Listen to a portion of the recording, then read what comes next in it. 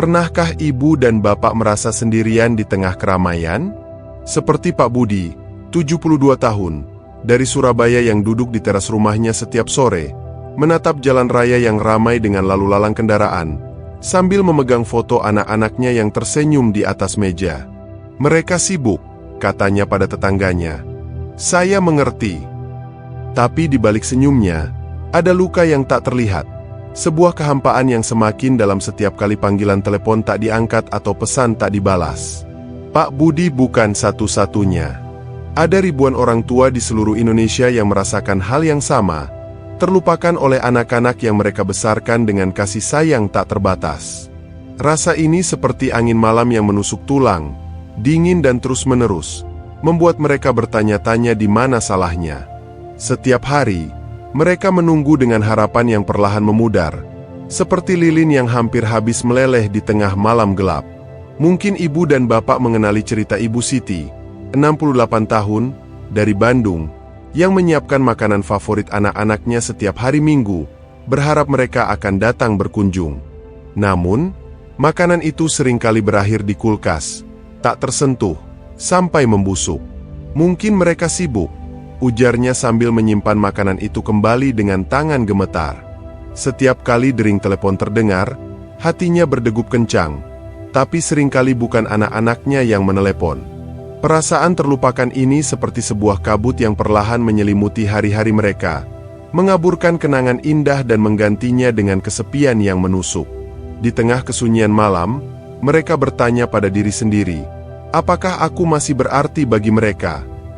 Bagaimana kabarnya hari ini, ibu dan bapak?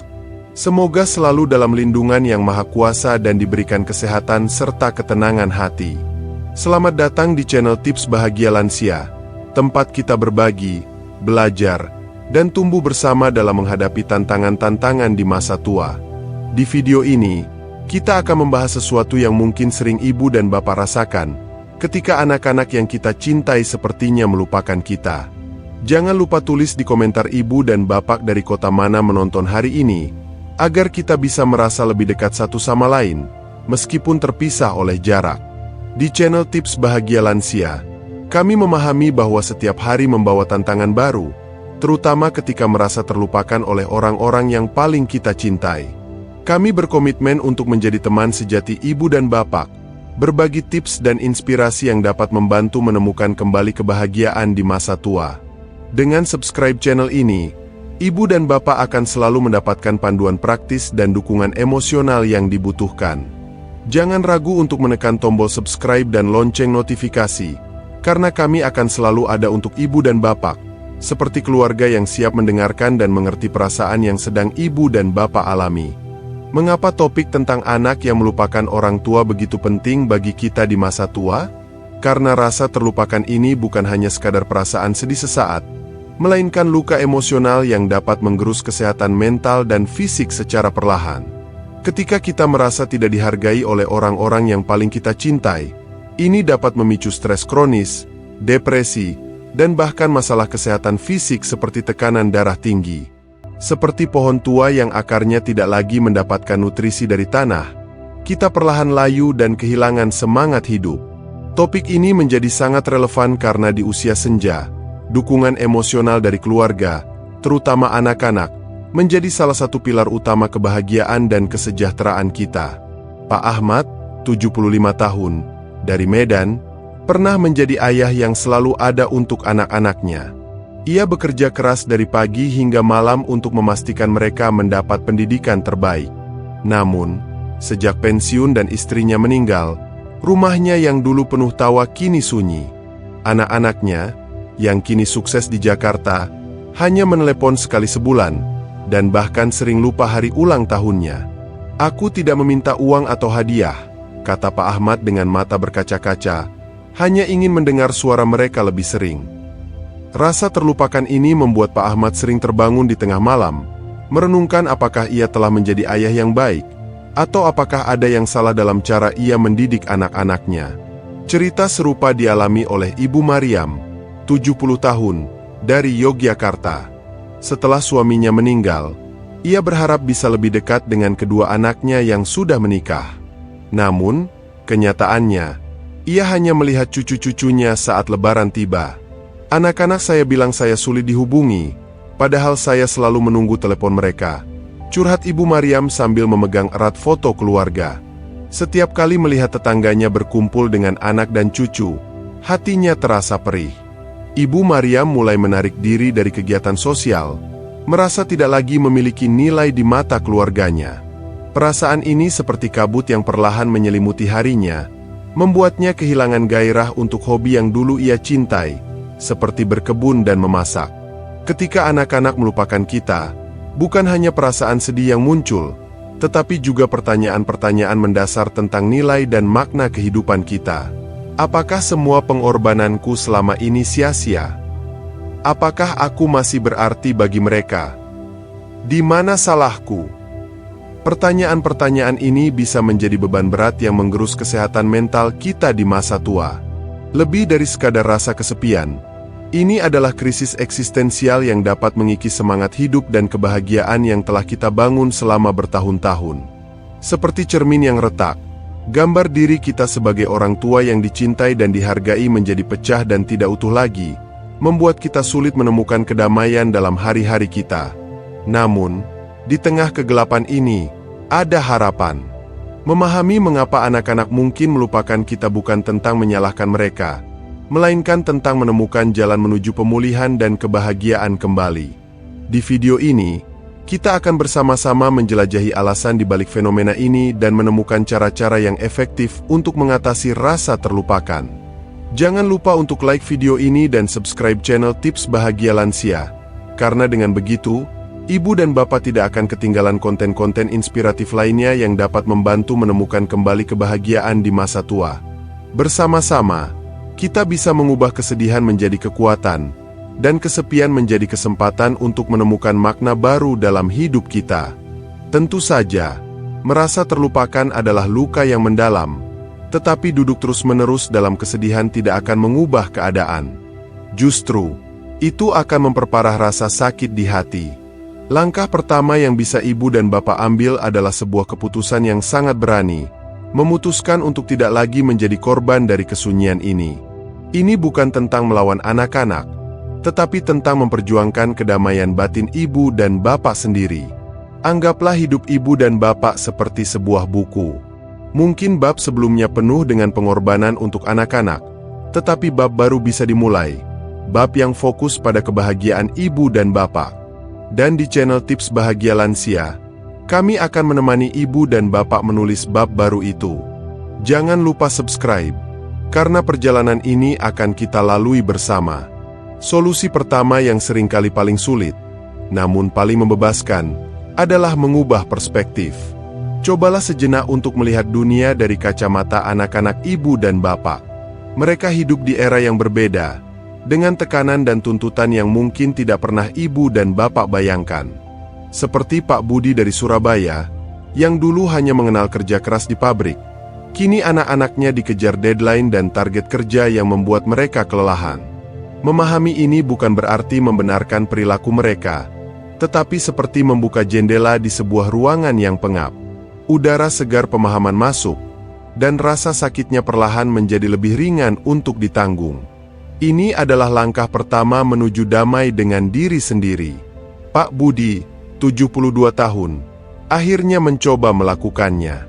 Suatu malam, alih-alih menunggu telepon dengan cemas, ia mengambil foto lama saat ia masih muda, penuh dengan semangat dan ambisi. Ia tersenyum mengenang betapa sulitnya dulu, betapa ia juga sering lupa menelepon orang tuanya di desa karena terlalu lelah bekerja. Mungkin mereka juga merasakan hal yang sama, gumamnya pelan. Perubahan pandangan ini tidak secara ajaib membuat anak-anaknya menelepon, tetapi itu mengubah perasaan Pak Budi. Ia tidak lagi merasa ditolak, tetapi lebih memahami. Rasa marah berubah menjadi rasa iba, dan itu membuat hatinya lebih tenang. Jika ibu dan bapak merasakan perubahan kecil seperti ini, bagikan di komentar ya, agar teman-teman lainnya juga terinspirasi. Setelah perspektif mulai terbuka, langkah selanjutnya adalah menemukan kembali diri ibu dan bapak yang mungkin telah lama terkubur di bawah tugas sebagai orang tua. Siapa ibu dan bapak sebelum menjadi ayah atau ibu? Apa saja hobi yang dulu membuat mata ibu dan bapak berbinar? Ingatlah, identitas ibu dan bapak jauh lebih luas dari sekadar orang tua dari. Anak-anak mungkin adalah mahkota terindah, tetapi ibu dan bapak adalah sang raja. Seorang raja tidak kehilangan tahtanya hanya karena sang pangeran atau putri sedang bepergian. Ibu dan bapak layak untuk bahagia, untuk mengejar passion, dan untuk hidup dengan penuh warna, terlepas dari siapapun yang ada di sisi ibu dan bapak. Ambil contoh Ibu Siti dari Bandung. Setelah berbulan-bulan menunggu, ia memutuskan untuk berhenti. Ia mengambil kembali jarum rajutnya yang sudah bertahun tidak disentuh. Ia bergabung dengan komunitas rajut di kompleksnya. Awalnya ia ragu, merasa sudah terlalu tua untuk memulai sesuatu yang baru. Tetapi, saat jari-jarinya mulai bergerak, merajut benang wol menjadi syal yang indah, ia merasa sebuah kepuasan yang lama hilang kembali. Ia mulai bercerita dan tertawa dengan teman-teman barunya. Ia menemukan bahwa kebahagiaannya tidak harus bergantung pada kehadiran anak-anak. Kebahagiaan bisa diciptakan, benang demi benang, seperti syal yang ia rajut dengan penuh cinta. Dari menemukan diri sendiri, langkah berikutnya adalah memperluas lingkaran sosial. Manusia adalah makhluk sosial, dan di masa tua, kebutuhan akan koneksi menjadi semakin penting. Jika lingkaran kecil yang terdiri dari anak-anak terasa jauh, maka waktunya untuk memperluas lingkaran itu. Caranya, coba aktif di kegiatan di lingkungan sekitar. Ikut pengajian atau ibadah rutin di masjid atau gereja. Bergabung dengan klub senior, atau bahkan hanya sekadar ngobrol santai dengan tetangga di pagi hari. Setiap senyuman, setiap percakapan kecil, adalah benang yang menjahit kembali kain sosial yang mungkin telah koyang, membuat ibu dan bapak merasa terhubung dan berharga. Cerita Ibu Ratna, 65 tahun, dari Palembang, adalah inspirasi. Setelah kedua anaknya pindah ke luar negeri, rumahnya terasa sangat hampa. Ia hampir jatuh dalam depresi hingga seorang tetangga mengajaknya ke pengajian ibu-ibu rutin setiap Selasa pagi. Awalnya ia hanya duduk di sudut, mendengar. Tetapi lama-kelamaan, ia mulai terbuka.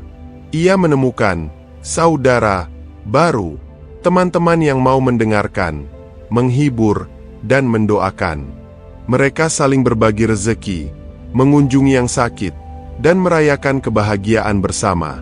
Ibu Ratna menyadari bahwa keluarga tidak selalu tentang darah, tetapi juga tentang siapa yang ada di sisi kita saat kita membutuhkannya. Solusi keempat, yang mungkin terdengar menakutkan, adalah berkomunikasi secara terbuka dan jujur.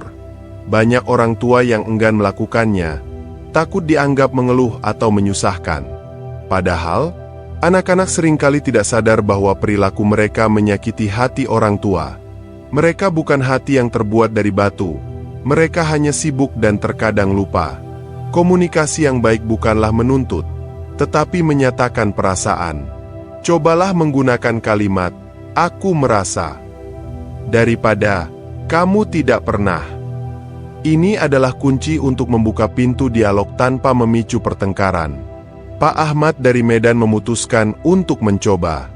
Ia tidak menelpon dengan marah, tetapi ia duduk dan menulis surat. Surat yang ia tulis dengan tangan gemetar, menceritakan betapa ia merindukan suara mereka, betapa rumah terasa sepi, dan betapa ia bangga pada pencapaian mereka. Ia tidak menyalahkan, ia hanya berbagi perasaannya. "Anak-anakku yang baik," tulisnya, "ayah tidak meminta kalian untuk pulang setiap hari. Hanya, sesekali, tolong kabari ayah, agar ayah tahu kalian baik-baik saja." Mengungkapkan perasaan ini sendiri sudah menjadi obat, memberikan ruang bagi Pak Ahmad untuk bernapas lega.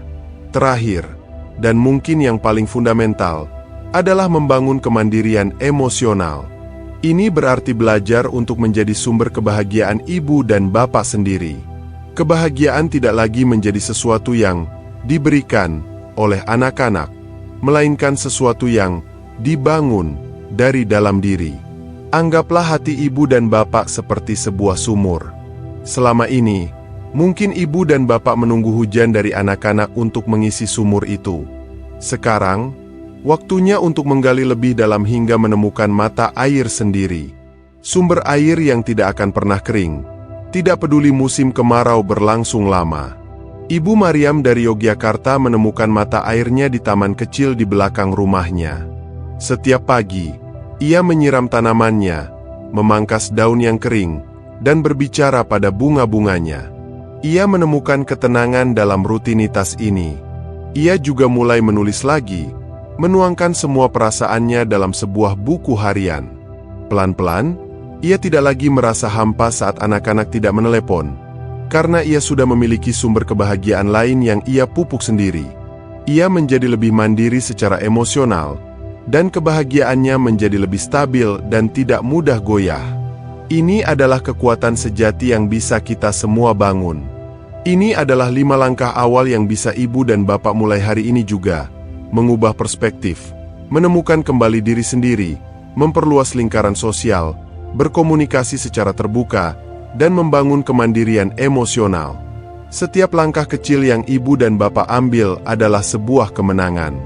Ini bukanlah jalan yang instan, tetapi setiap langkah pasti akan membawa ibu dan bapak lebih dekat pada kedamaian dan kebahagiaan yang ibu dan bapak layak dapatkan. Di bagian selanjutnya, kita akan membahas lebih banyak solusi praktis yang bisa ibu dan bapak terapkan dalam kehidupan sehari-hari. Jadi, pastikan ibu dan bapak stay tune di channel Tips Bahagia Lansia dengan menekan tombol subscribe dan loncengnya. Melanjutkan perjalanan kita, ingatlah bahwa setiap langkah yang kita ambil bukanlah tentang melupakan anak-anak, tetapi tentang mengingat kembali diri kita sendiri. Kita sedang membangun sebuah benteng pertahanan di dalam hati, sebuah benteng yang kokoh dari kebahagiaan dan kedamaian, sehingga angin kesepian tidak lagi bisa menerobos masuk. Benteng ini dibangun batu demi batu, melalui tindakan-tindakan kecil namun berarti yang akan kita bahas sekarang. Jika ibu dan bapak merasa video ini mulai membuka wawasan baru, jangan ragu untuk memberikan like dan share, karena siapa tahu ada teman atau saudara kita yang juga sangat membutuhkan pesan ini hari ini. Mari kita lanjutkan membangun benteng kebahagiaan kita bersama. Solusi keenam yang bisa kita coba adalah sesuatu yang mungkin terasa asing, tetapi penuh dengan keajaiban, memeluk teknologi. Di era digital ini, teknologi bukan lagi milik anak muda semata. Ibu Hasanah, 70 tahun, dari Makassar, dulu sangat takut dengan smartphone. Ini terlalu rumit, katanya. Tapi, rasa rindu pada cucu-cucunya di Jakarta membuatnya nekat. Ia meminta anaknya untuk mengajarkannya, pelan-pelan. Awalnya, ia sering salah tekan, frustrasi, dan hampir menyerah. Tapi, saat pertama kali ia berhasil melakukan video call dan melihat wajah lucu cucunya yang menyapa, "Nek," air mata haru pun berlinang. Jarak seakan terhapus dalam sekejap. Ibu Hasanah kini menjadi sahabat bagi para sesama lansia di kompleksnya. Ia dengan sabar mengajari mereka cara menggunakan WhatsApp, melihat foto di media sosial, atau bahkan berbelanja online.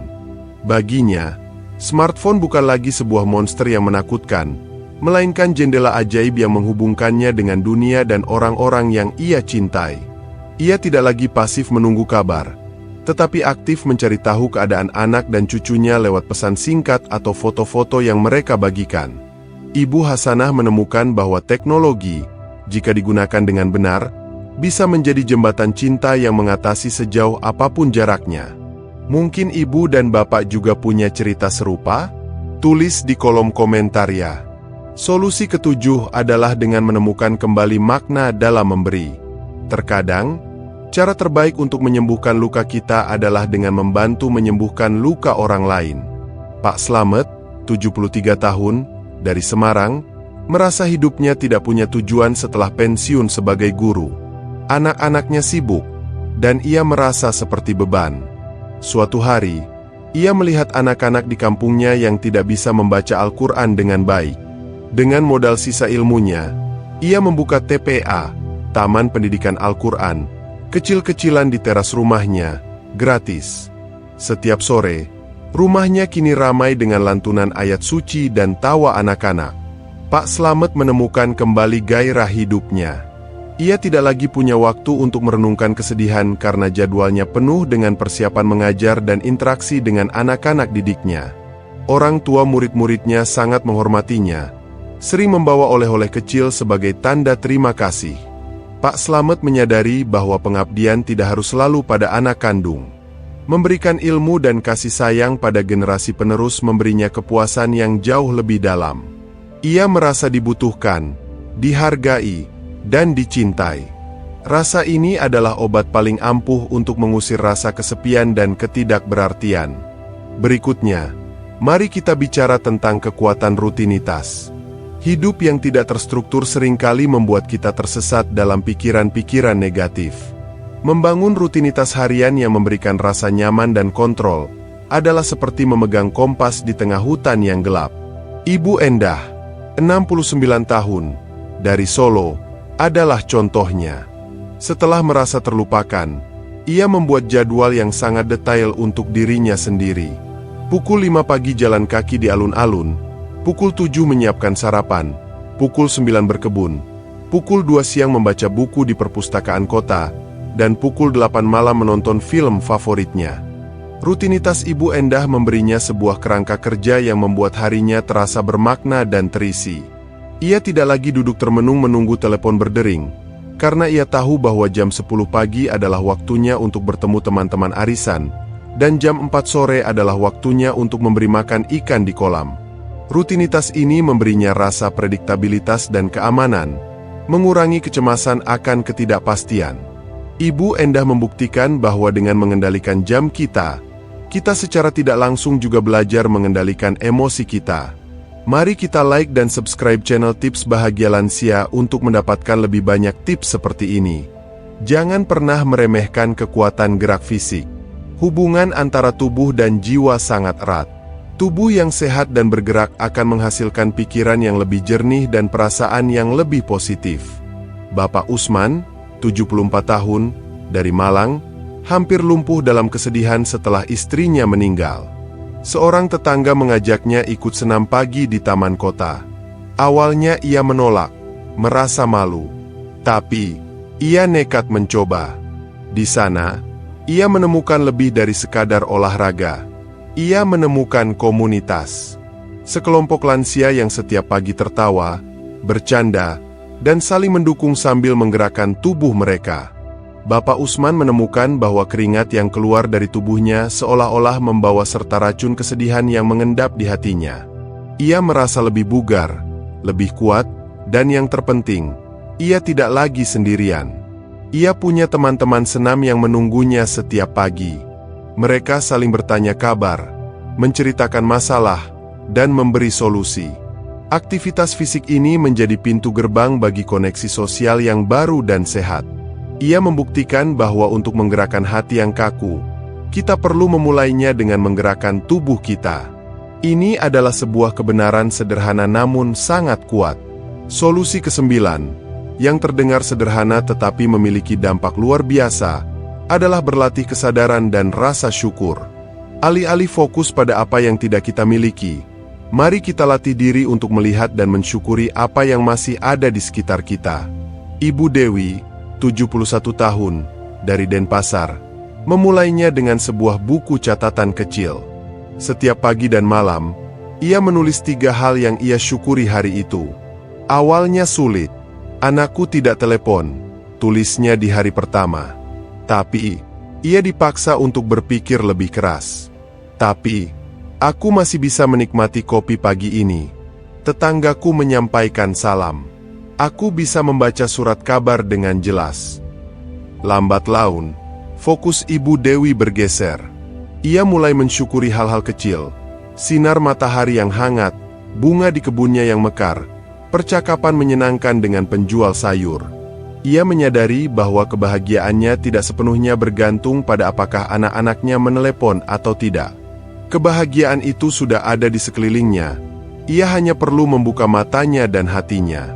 Praktik rasa syukur ini mengubah lensa pandangnya dari lensa kekurangan menjadi lensa kelimpahan. Ini adalah sebuah revolusi kecil yang terjadi dalam pikirannya, yang membawa kedamaian luar biasa. Dari memeluk teknologi hingga menemukan kedamaian dalam rasa syukur, kita telah menjelajahi berbagai jalan untuk membangun kembali kebahagiaan kita. Setiap jalan ini menawarkan pelajaran yang sama. Kebahagiaan di masa tua adalah sebuah proyek aktif, bukan sebuah hadiah pasif. Kita adalah arsiteknya. Kita adalah penulisnya. Anak-anak kita mungkin adalah bagian penting dari cerita kita, tetapi mereka bukan satu-satunya bab. Ada begitu banyak bab lain yang bisa kita tulis dengan penuh warna dan makna. Teruslah ikuti kami di Tips Bahagia Lansia, karena di bagian berikutnya, kita akan merangkum semua ini dengan sebuah pesan penutup yang akan menemani tidur ibu dan bapak malam ini. Jangan lupa subscribe ya. Mari kita tarik napas sejenak dan merenungkan perjalanan yang telah kita lalui bersama. Kita telah memasuki ruangan yang paling pribadi dan paling sakit di hati banyak orang tua. Rasa terlupakan. Kita telah melihat wajah-wajah seperti Pak Budi, Ibu Siti, dan Pak Ahmad dalam cerminan kita sendiri. Tapi yang terpenting, kita telah menyalakan sebuah lilin di tengah kegelapan itu. Lilin itu bernama harapan. Kita telah belajar bahwa kebahagiaan kita bukanlah sebuah anugerah yang menunggu untuk diberikan oleh anak-anak, melainkan sebuah kebun yang harus kita rawat sendiri.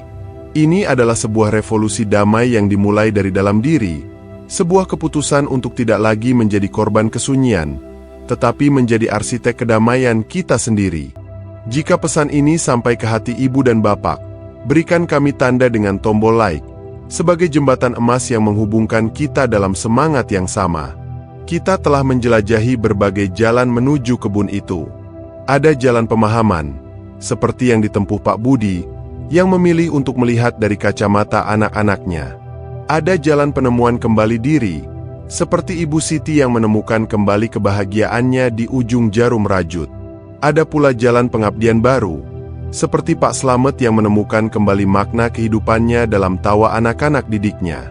Setiap jalan ini, meskipun berbeda, memiliki satu tujuan yang sama, mengingatkan kita akan nilai diri kita yang sesungguhnya. Nilai yang tidak pernah luntur oleh waktu, jarak, atau kealpaan siapapun.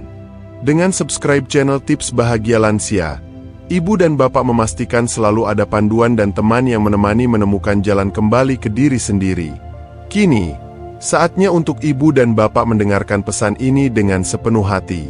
Ibu dan bapak adalah pahlawan. Ya, seorang pahlawan tanpa tanda jasa yang telah membangun fondasi kehidupan untuk generasi penerus. Setiap keringat, setiap pengorbanan, setiap doa di tengah malam adalah batu bata kokoh yang membangun istana bagi anak-anak ibu dan bapak.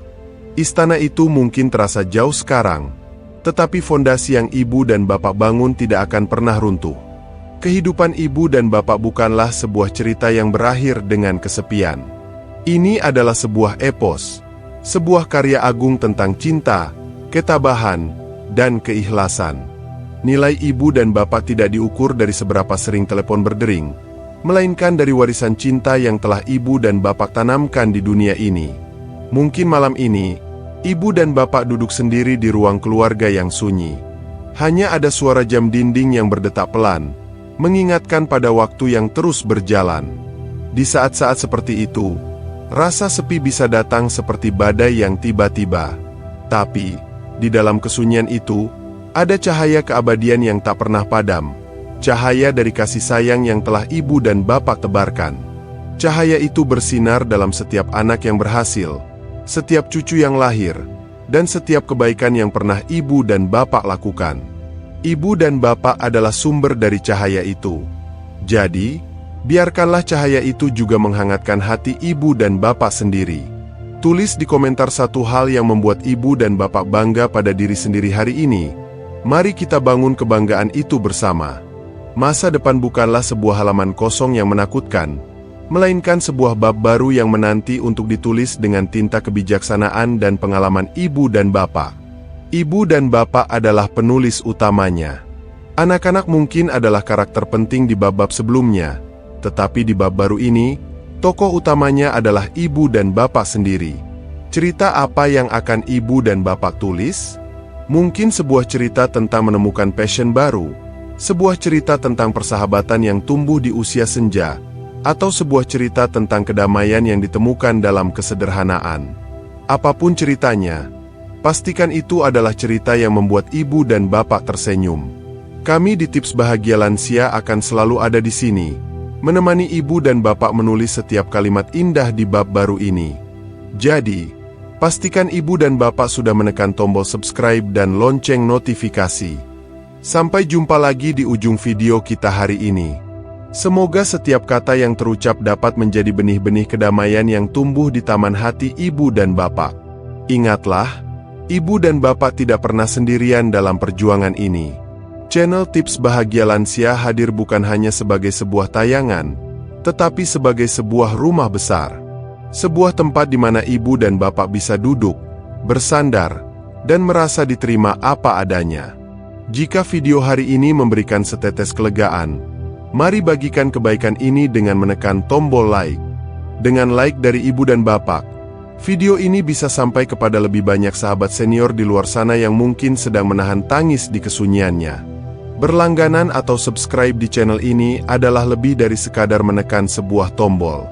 Ini adalah sebuah tangan yang terulur, sebuah undangan untuk bergabung dalam sebuah keluarga besar yang saling mendukung. Ini adalah komitmen bersama untuk tidak lagi membiarkan kesepian menguasai hari-hari kita.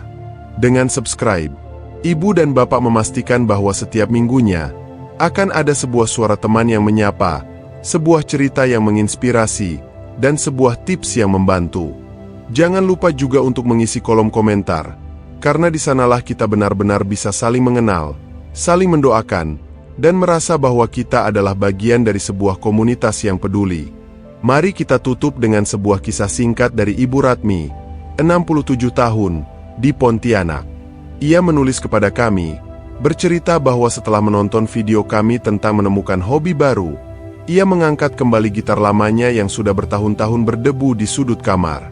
Jari-jarinya yang sudah keriput kini kesulitan menekan senar. Tetapi saat ia berhasil memainkan lagu lama yang pernah ia nyanyikan untuk suaminya, air matanya jatuh. Bukan air mata kesedihan, tetapi air mata kebahagiaan. Ibu Ratmi menemukan kembali potongan dirinya yang telah lama hilang. Cerita ini adalah bukti bahwa kebahagiaan bisa dimulai kembali, kapan saja, di usia berapapun. Terima kasih telah meluangkan waktu, berbagi perasaan, dan menjadi bagian dari perjalanan kita hari ini. Ingatlah selalu, bahwa nilai ibu dan bapak adalah abadi, tak ternilai oleh seberapa sering telepon berdering atau seberapa sering pintu diketuk.